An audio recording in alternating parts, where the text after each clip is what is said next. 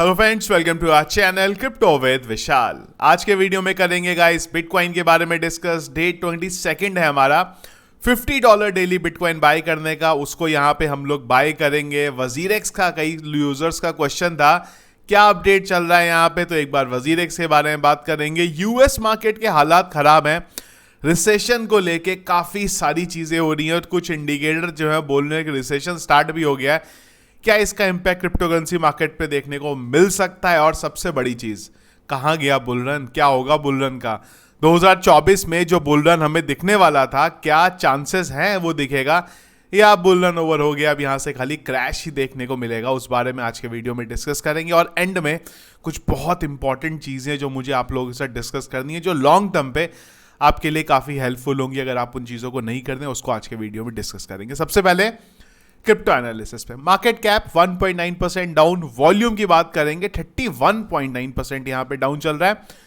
Inflow का कोई data नहीं है। Fear and green index fear में है 34 में। मुझे उम्मीद थी कि शायद एक्सट्रीम फियर का टाइम हमें यहां पे देखने को मिले। मैंने कल टेलीग्राम पे भी डाला था, जिसलिए बोलता हूं टेलीग्राम को जरूर ज्वाइन करके रखो। तो यही डिस्कस किया था कि एक्सट्रीम फियर देखने को मिल सकता है और जहां एक्सट्रीम फियर देखने को मिलता है तो बाइंग अपॉर्चुनिटी वहां पे बनती है। फिलहाल एक्सट्रीम फियर पे हम लोग अभी नहीं आए हैं। एक घंटे के सेंटीमेंट्स हैं सेल की तरफ। हीट मैप अभी भी लाल देखने को मिल रहा है। बीटीसी 1.18% डाउन, इथीरियम 1.74% यहां पे चल रहा है डाउन।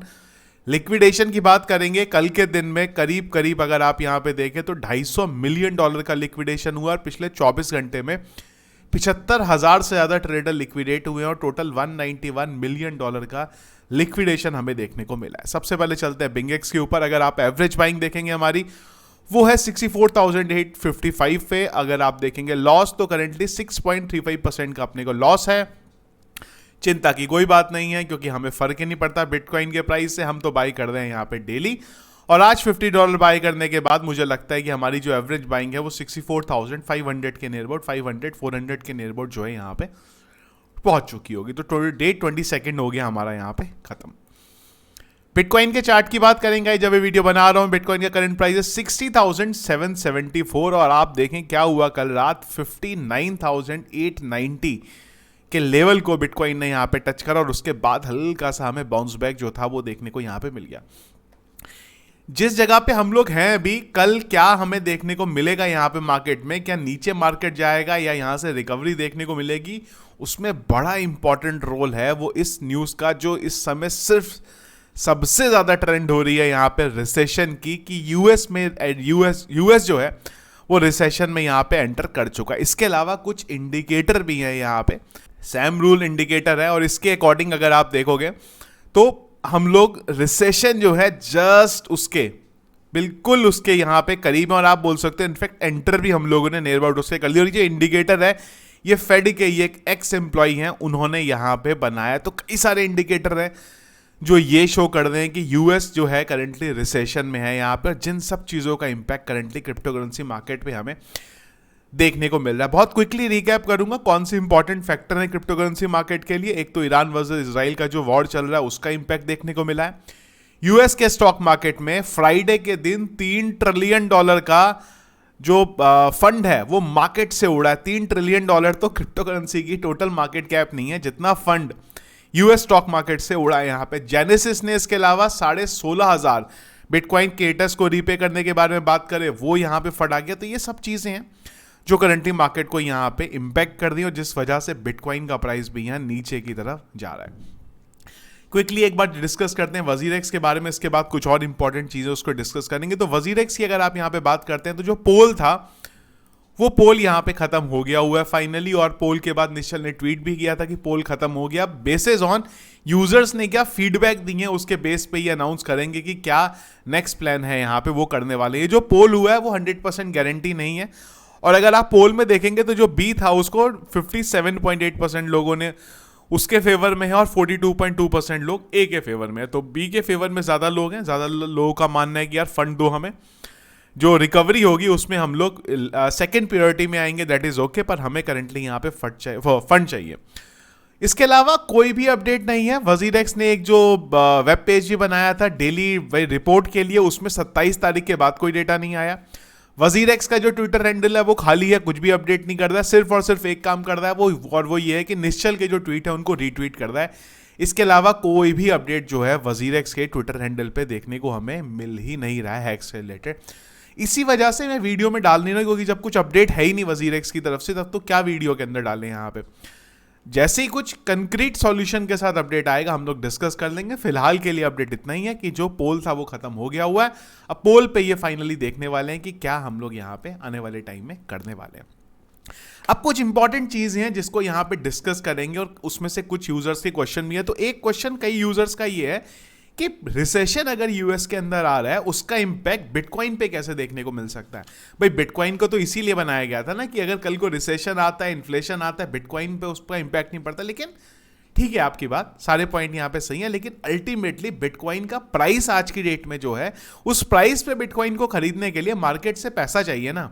और जो सबसे बड़ा मार्केट है क्रिप्टो का वो यूएस है। जब यूएस में रिसेशन आएगा, लोगों के पास पैसा नहीं होगा खरीदने के लिए, लोगों की जॉब जा रही है, बिटकॉइन में कौन इन्वेस्ट करेगा यहाँ पे। तो उसका इंपैक्ट इस वजह से बिटकॉइन में देखने को मिलेगा। वो बात बिल्कुल ठीक है कि जब सतोशी नाकामोटो का जो विजन था, जिस वजह से उन्होंने बिटकॉइन बनाया था, वो तब वही विजन था, पर वो विजन थोड़ा चेंज हो गया है यहाँ पे। अगर कहीं रिसेशन आता है, वो भी यूएस जैसी स्टेट में, तो आप देखो यहाँ पे इंडिया का जो स्टॉक मार्केट है उस तक पे इसका इंपैक्ट देखने को मिल रहा है। जब इंडिया के स्टॉक मार्केट पे देखने को मिल रहा है तो ऑब्वियस ही बात है क्रिप्टो करेंसी पे तो यहाँ पे देखने को मिलेगा ही मिलेगा। बुलरन को लेके कई यूजर्स के क्वेश्चन है कि क्या हुआ बुलरन का, क्या बुलरन को मान ले खत्म हो गया यहाँ पे, या बुलरन के चांसेस हैं। देखो, एक बहुत इंपॉर्टेंट चीज है जिसके बारे में आप लोगों को समझाने वाला हूं। और जब भी मेरे से कोई ये क्वेश्चन पूछता है ना कि यार आप बताओ कौन से टोकन को खरीदे, जब मेरी कोई जान पहचान वाला खरीदता है तो मैं उसको बोलता हूं बिल्कुल मत खरीदो। खरीदना है तो बिटकॉइन को खरीद लो, पर मेरे बोलने पे बिल्कुल मत खरीदो, अपनी रिसर्च जरूर करो। उसके पीछे का रीजन ये है सबसे बड़ा कि जब आप अपनी रिसर्च करके कुछ खरीदते हैं ना तो आप उसमें कॉन्फिडेंट होते हैं। जब आप किसी की बात सुन के कुछ खरीदते हैं तो आप उसमें कॉन्फिडेंट नहीं होते हैं। आपको बस ये लगता है अच्छा उसने बोला तो मैंने यहाँ पे खरीद लिया। उसका नुकसान ये होता है कि जब वो चीज़ क्रैश होती है, जिस तरीके से बिटकॉइन क्रैश हो रहा है, तो आपके पास इतना कॉन्फिडेंस नहीं होता उसको दोबारा बाय करने का। पर अगर आप जब अपनी रिसर्च करते हैं तो आप उस बारे में कॉन्फिडेंस हैं या नहीं है, आपको वो चीज़ वो टाइम पे समझ में आती है।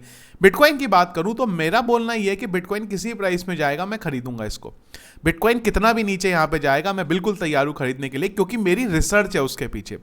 अगर आपकी रिसर्च नहीं है और जब इस तरीके का क्रैश होगा तो आपके दिमाग में यही चीज आएगी कि बुल रन का क्या होगा। आप इस बुल रन की बात करेंगे कि अगले 1 साल में क्या होगा, 2 साल में क्या होगा। मेरा विजन बहुत लंबा है, मैं अगले 10 साल बाद की चीजें सोच रहा हूं।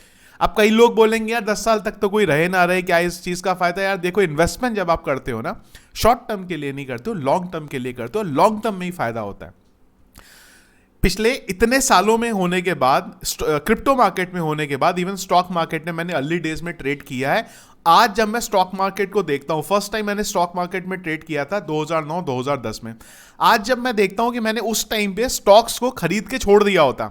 एमआरएफ का स्टॉक सबसे बड़ा एग्जांपल है। उस टाइम पे बहुत इजी बाइंग रेंज में था, पर तब सबको ये लगता था इतना महंगा स्टॉक कौन खरीदे। आज वो एमआरएफ का स्टॉक सीधा सीधा 10x हो गया हुआ। तो लंबे टाइम पे अगर आप इन्वेस्टमेंट करते हैं ना तो आपको डेफिनेटली फायदा होता है, पर लंबे टाइम तक तभी होल्ड कर पाएंगे जब आपने रिसर्च की हुई होगी। तो अपनी रिसर्च से चीजों को खरीदे। किसी के भी बोलने पे या मेरे भी बोलने पे अगर मैं आपको एक कॉइन सजेस्ट करता हूं तो उसको उस टाइम पे ना खरीदे जब तक आपकी रिसर्च पूरी ना हो जाए, जब तक आप कॉन्फिडेंट उस चीज के बारे में ना हो जाए। तो ये चीज बहुत इंपॉर्टेंट है, ध्यान रखनी है कि फर्स्ट लर्न देन इन्वेस्ट। जब तक आपकी लर्निंग नहीं होगी तब तक यहां पे इन्वेस्ट मत करिए। अदरवाइज जब भी इस तरीके के क्रैश आते हैं तो यही दिमाग में आता है कि सब खत्म हो गया, क्रिप्टो मार्केट खत्म हो गया, अब कुछ नहीं होने वाला। अगर आप टेक्नोलॉजी से रिलेटेड है ना तो आपको मैं एक एग्जांपल दे रहा हूं। जब से मैंने मेरा टेक्नोलॉजी की जर्नी स्टार्ट करी है, 2 चीजें मैं सुन रहा हूं कॉमन। पहली चीज ये है कि पीएचपी जो है खत्म हो गया इस साल, इसके बाद दोबारा नहीं आएगा। सेम कहानी बिटकॉइन का लास्ट ईयर है, आज के बाद बिटकॉइन कभी नहीं आएगा। पीएचपी को कोई बीट नहीं कर पाया, बिटकॉइन को कोई बीट नहीं कर पाया। मैं यहाँ पे पीएचपी का बिटकॉइन के साथ कंपेरिजन नहीं कर रहा हूं, बस एक एग्जांपल बता रहा हूं। जिनको समझ में आ गया ठीक है, जिनको नहीं समझ में आया उसमें ज्यादा दिमाग मत लगाओ। सेकेंड चीज है, बहुत इंपॉर्टेंट है और कई लोग बोलते हैं तुम लोग क्या इस चीज के बारे में बात करो, बहुत इंपॉर्टेंट है। वो इस मार्केट में समझ में आता है, वो है focus on your earning. Crypto earning नहीं, नॉर्मल अपनी day to day life. Day to day life में आपके पास अर्निंग होनी बहुत ज्यादा जरूरी है। अदरवाइज क्या होगा कि आपके पास एक स्पेसिफिक फंड है, आपने वो मार्केट में लगा दिया। अब जब मार्केट क्रैश हो रहा है तो आपके पास फंड है ही नहीं, तो इस चीज के बारे में जरूर फोकस करें कि आपके पास एक रेगुलर इनकम का सोर्स होना चाहिए। ये मत करिए कि अपनी जॉब छोड़ दें और सिर्फ क्रिप्टो करेंसी मार्केट में बैठ जाए। मैं भी यही काम कर रहा हूं कि मैं इस समय जॉब छोड़ के, सारी चीजें छोड़ के क्रिप्टो करेंसी मार्केट में हूं, लेकिन ये चीज को प्लान करने में कई साल लगे हैं। ऐसा नहीं है कि एक दिन सो के उठे, मन किया चलो सब खत्म कर दो। सिस्टमेटिक ढंग से अगर आप इसको 5-6 साल प्लान करेंगे, उसके बाद आप इस डिसीजन पे आ सकते हैं। तब आपके पास एडवांटेज होगा कि आपके पास इतना फंड होगा जिसको आप इन्वेस्ट कर सकते हैं अगर मार्केट क्रैश होता है। अदरवाइज आज लोग अपॉर्चुनिटी ढूंढ रहे हैं पर मार्केट यहां पे क्रैश हो रहा है। ये आगे भी होगा। बिटकॉइन जब $1 लाख पे जाएगा उसके बाद भी मार्केट क्रैश होगा, तब भी अपॉर्चुनिटी आएगी ही आएगी, पर उस अपॉर्चुनिटी में लेने के लिए आपके पास फंड नहीं होगा। तो इस चीज पे ध्यान रखिए। आज अगर आप ये गलतियां कर रहे हैं, आने वाले टाइम में इनको रिजॉल्व करने की कोशिश करिए।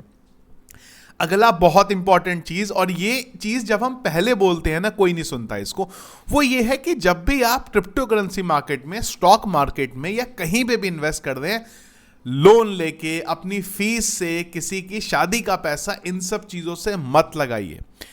इमरजेंसी फंड जो होता है उसको कभी भी इन्वेस्ट मत करिए। मैंने एक वीडियो में भी बोला था कि मेरे पास भी फंड है, ऐसा नहीं है कि मैं आज अपना घर, मैं बिटकॉइन को लेके सुपर डुपर बुलिश हूं। मुझे पता है ये कहां जाने वाला है, पर इसका मतलब ये नहीं है कि मैं अपना घर बेच दूंगा आज इस चीज को लेके कि चलो मैं किराए के घर पे ले लेता हूं, मैं अपना घर बेच दूंगा, उससे मैं बिटकॉइन खरीद लूंगा और बिटकॉइन तो आने वाले टाइम में 2-3x जाएगा ही जाएगा, इजीली मैं उसको वहां पे प्रॉफिट अपना इजीली अर्न कर दूंगा। ये बेवकूफियां मत करो।